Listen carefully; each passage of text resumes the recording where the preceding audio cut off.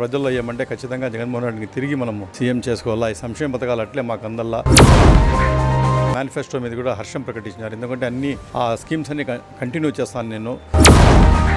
ఖచ్చితంగా తిరిగి వాళ్ళ అవ్వాతాతల ఆశీర్వాదమే ఆయనకి తిరిగి జగన్మోహన్ రెడ్డి గారిని సీఎం చేస్తుంది. రకరకాలుగా ఆయన చేస్తున్నాడు. నిజంగానే హీఈస్ గ్రేట్. ఈయన మామూలు ఆయన ఒక వ్యక్తి కాదు, ఒక శక్తి అనేది నా నమ్మకం. ప్రచారం ఇక్కడ చాలా బాగా జరుగుతూ ఉంది. కొలిక్కి వచ్చేసింది, ఫైనల్ స్టేజ్లో వచ్చింది కాబట్టి చాలా యాక్టివ్గా మేము కూడా తిరుగుతూ ఉన్నాం. ప్రజల్లో కూడా మంచి స్పందన వస్తూ ఉంది.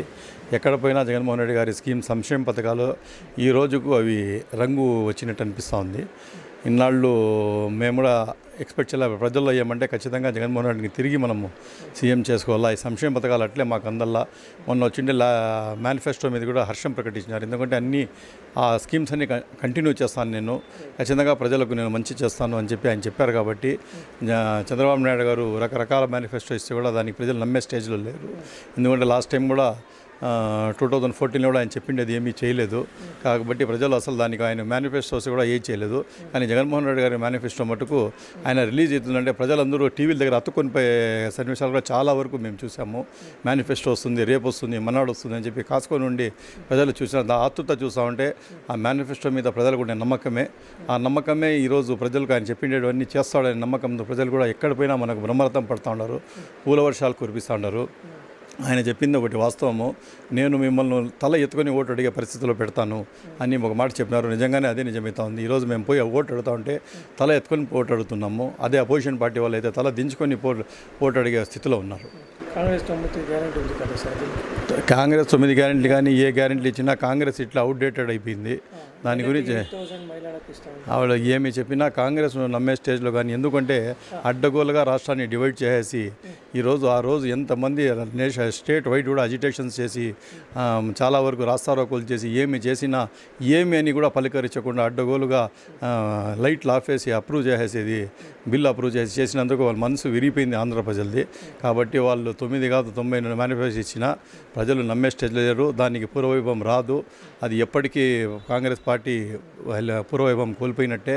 ఇంకా ఉండేది ఏదైనా ఉంటే వైఎస్ఆర్సీపీ ప్రభుత్వమే ఆల్రెడీ కాంగ్రెస్ను రీప్లేస్ చేసింది. కాబట్టి అందరూ కాంగ్రెస్ను వచ్చి వైఎస్ఆర్సీపీలో చూస్తున్నారు. కాబట్టి కాంగ్రెస్ గురించి ఆలోచించడం కూడా వేస్ట్. ప్రజలు వైఎస్ఆర్ కాంగ్రెస్కి ఎందుకు ఓటు వేయాలి సార్? ప్రజలు కాంగ్రెస్కి ఎందుకు ఓటేయాలంటే జగన్మోహన్ రెడ్డి గారు సంక్షేమ పథకాలు ఇన్ని సంక్షేమ పథకాలకు ఇచ్చినారు. ప్రజలకు ఎంతో వాళ్ళ జీవితాలు మెరుగుపడినాయి. ఈరోజు మేము విలేజెస్లో పోతా ఉంటే కూడా వాళ్ళ బిడ్డలు వాళ్ళ ఫాదర్ జగన్మోహన్ వాళ్ళ ఫాదర్ 4% రిజర్వేషన్ ఇచ్చారు ముస్లిమ్స్కి. అయితే వేరే వాళ్ళకి విలేజెస్లో అయితే రకరకాల స్కీమ్స్ ఇచ్చినారు. వాళ్ళ ఫీజు రింబర్స్మెంట్ ఇచ్చినారు. ఆయన రకరకాలుగా స్కీమ్స్ ఇచ్చినందుకు అవన్నీ ఈరోజు మనం విలేజెస్లో పోతా ఉంటే కూడా అక్కడ పోయి చూస్తూ ఉంటే ముందు వచ్చే పూరి గుడిసెలు వాళ్ళ ఉండే ఇళ్ళకి ఈరోజు డూప్లెక్స్ హౌసెస్గా మాకు కనిపిస్తూ ఉంటాయి. మేము ఈరోజు ప్రచారానికి తిరిగినాం, మేము కాన్స్టిట్యున్సీ అంతా.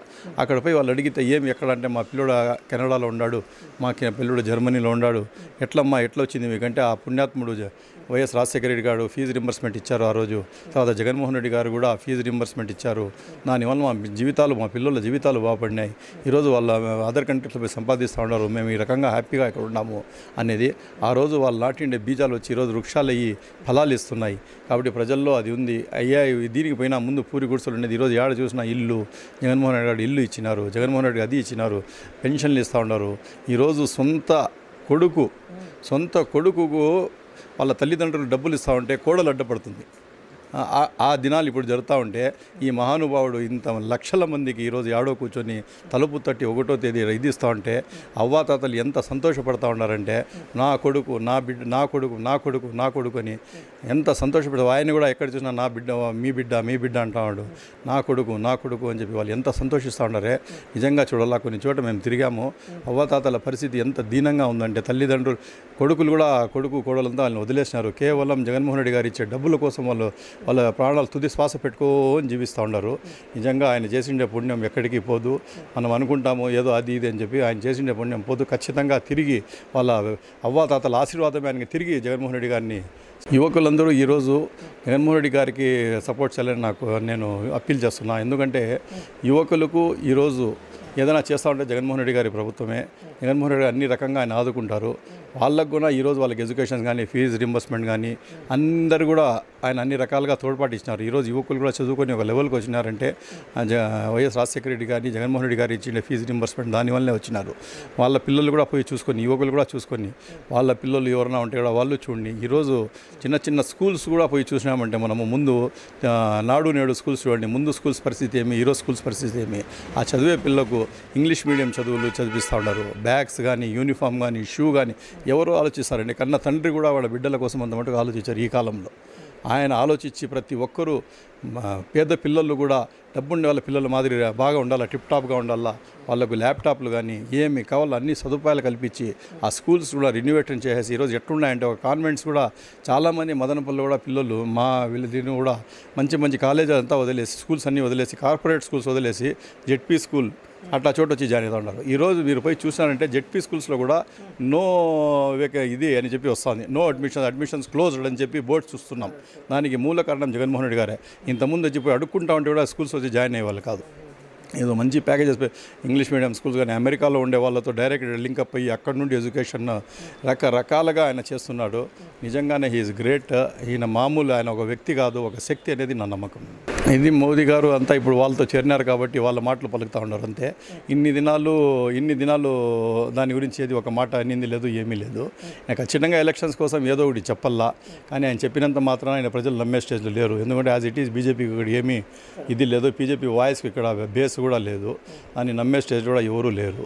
ఒకటే అంటారు, మీరు ఇన్ని దినాలు ఆ మాట రాంది, ఈరోజు అలయన్స్ పెట్టుకుంటాను ఎందుకు వస్తుంది ఈ మాట అంటే ఆ పలుకులు మీవి కావు, చంద్రబాబు నాయుడు గారి పలుకులవి, మళ్ళీ వీణ పలుకులవి, మన వీణది పవన్ కళ్యాణ్ గారి పలుకులవి. కాబట్టి ప్రజలు నమ్మే స్టేజ్లో లేరు. ఖచ్చితంగా జగన్మోహన్ రెడ్డి గారికి ఆల్రెడీ ఓటేయాలని చెప్పి మెంటలీ ప్రిపేర్ అయిపోయారు. జస్ట్ వెయిటింగ్, మే 13 కోసం వెయిట్ చేస్తూ ఉంటారు. ప్రజలు నాకు అవకాశం ఇస్తే ఇంతకుముందు చెప్పాను కదా, నేను ట్రాఫిక్ సమస్య తీర్చడానికి అవన్నీ అన్ని రకాలుగా చేస్తాను. నేను ఒక ఎడ్యుకేటెడ్ పర్సన్, ప్రజలకు నేను అదే అడిగాను.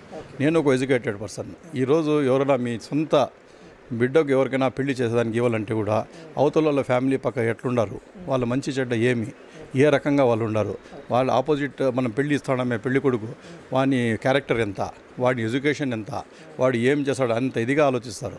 ఈరోజు మదనపల్లి ఒక కాన్స్టిట్యున్సీని ఎత్తి ఒక చేతిలో పెట్టేటప్పుడు, ఎమ్మెల్యే అంటే వాని చేతిలో పెట్టినట్టే, ఆ చేతిలో పెట్టేటప్పుడు ఆలోచించండి, నేను ఎట్లా వాడిని, నేను ఏ రకంగా నేను ఇది చేస్తా ఉన్నా, నా క్యారెక్టర్ ఏమి, నా ఎడ్యుకేషన్ ఏమి, నా బ్యాక్గ్రౌండ్ ఏమి, ఏ రకంగా నేను జీవించినాను, అవతలని కూడా కంపేర్ చేయండి. కంపేర్ చేసి నాకే ఏమని నేను చెప్పలేదు, బెస్ట్ ఆఫ్ 2 మీరు ఆలోచించండి, మీకే కాన్సెప్ట్ వస్తుంది. దయచేసి ఆలోచించేసి ఒక కాన్స్టిట్యున్సీని ఆయన చేతిలో పెట్టేటప్పుడు అతి జాగ్రత్తగా ఆలోచించి ఒక ఎడ్యుకేటెడ్ పర్సన్ మీరు తీసుకోగలిగినారంటే ఖచ్చితంగా మన 5 సంవత్సరాలు మీరు ప్రశాంతంగా ఉండొచ్చు. అదే వేరే వాని చోట పనికిరాని వాళ్ళ చేతికి ఇచ్చేసినామంటే 5 సంవత్సరాలు కుమిలి నెక్స్ట్ పోలింగ్ డేట్ కోసం కాసుకొని ఉండే పరిస్థితి వస్తుంది. కాబట్టి నేను అందరికీ అప్పీల్ అదే చేస్తున్నాను, మదనపల్లి వాసులకు ఖచ్చితంగా ఆలోచించి జగన్మోహన్ రెడ్డి గారి అభ్యర్థి అయిన నాకు, ఎంపీ అభ్యర్థి అయిన ఎంపీ మిథున్ రెడ్డికి, ఎమ్మెల్యే అభ్యర్థి అయిన నాకు నిసార్ అహ్మద్ నన్ను గెలిపిస్తే ఖచ్చితంగా మీరు ఓటేసినందుకు గర్వపడేలా చేస్తానని ఈ సందర్భంగా మనవి చేస్తాను.